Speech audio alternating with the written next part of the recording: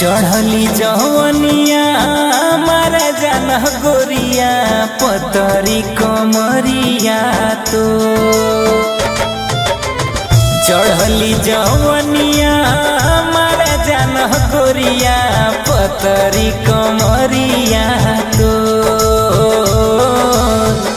बाड़ू पसन धन दिलवा के हमारा चुमे दना गलिया गो बाड़ू पसन धन दिलवा के हमारा चुमे दना गलिया गो।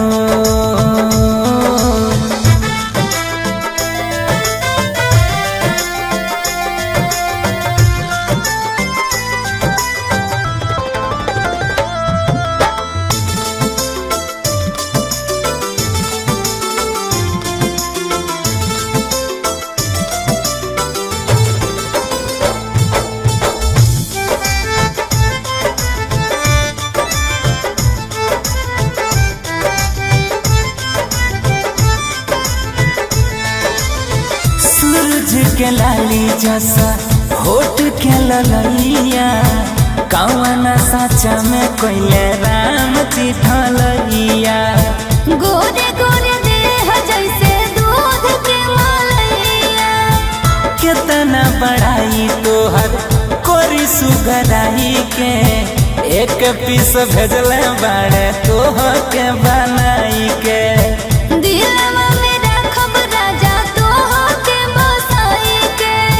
सोलह के उमिरिया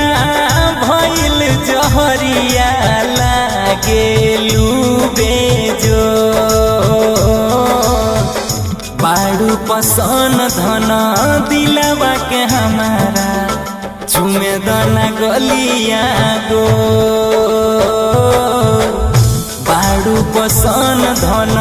दिलवा के हमारा चुमे दना गलिया गो।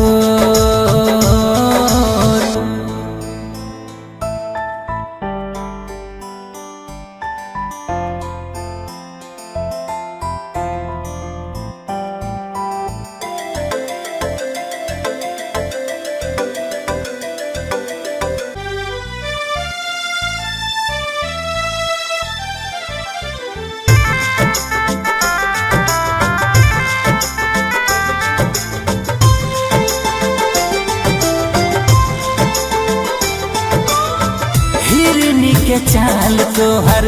भौआ धनुहिया गाल का समीरी सेवा करतन सुरहिया हो खेला कठिन ई मोहब्बत वाला रहिया नैना नसीली कटिली बा नजरिया लच लच लच केला पतरी कमरिया कबहू जुदा ना होई हमसे आठोरे पहाड़वा डाहेलू कहरवा मनवा नाचेला बनी मो बाड़ू पसन धन